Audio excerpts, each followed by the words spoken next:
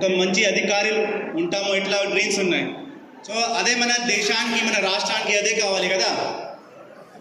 ఇప్పుడు మీరు చెప్పండి, ఇట్లాంటి డ్రీమ్స్కి మనం అచీవ్ చేయాలా అంటే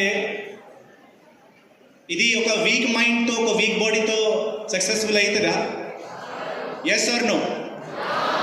ఓకే, గుడ్. సో ఈ వీక్ మైండ్ వీక్ బాడీ ఉంటుంది. ఎనర్జీ దేని గురించి? కొత్త కొత్త ఏదైనా ఉంటే అది నేర్చుకోవడానికి క్యూరియాసిటీ చాలా ఉంది. సో డ్రగ్స్ వల్ల ఆ క్యూరియాసిటీకి, ఆ గుడ్ ఎనర్జీకి బ్యాడ్ వర్క్లో యూటిలైజ్ చేయడానికి యూజ్ చేస్తారు. సో మనం ఎప్పుడైనా ఇట్లా ఉంటే ఏం చెప్పాలా? నో. ఏం చెప్పాలా?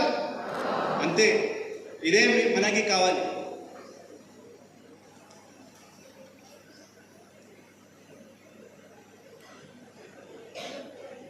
ఇది ఎవరి మైండ్ బాడీ అది ఇంపాక్ట్ అవుతుంది. బట్ అది యూజ్ చేసిన డ్రగ్స్ యూజ్ చేసిన వాళ్ళకి లీగల్ కాన్సిక్వెన్సెస్ చాలా ఉన్నాయి.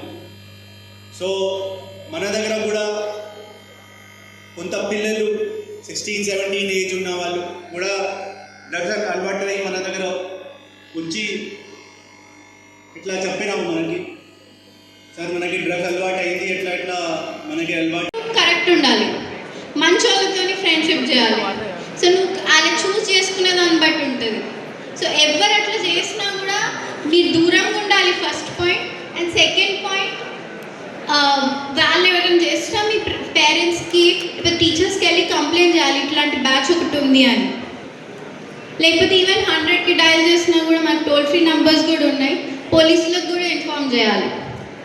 సో ఇట్లా ఇది మీరు బాధ్యత గల పౌరులుగా ఈ డ్రగ్స్ అరికట్టడంలో మీరు చేయగలిగింది ఏంటంటే ఫస్ట్ మీరు దూరంగా ఉండాలి.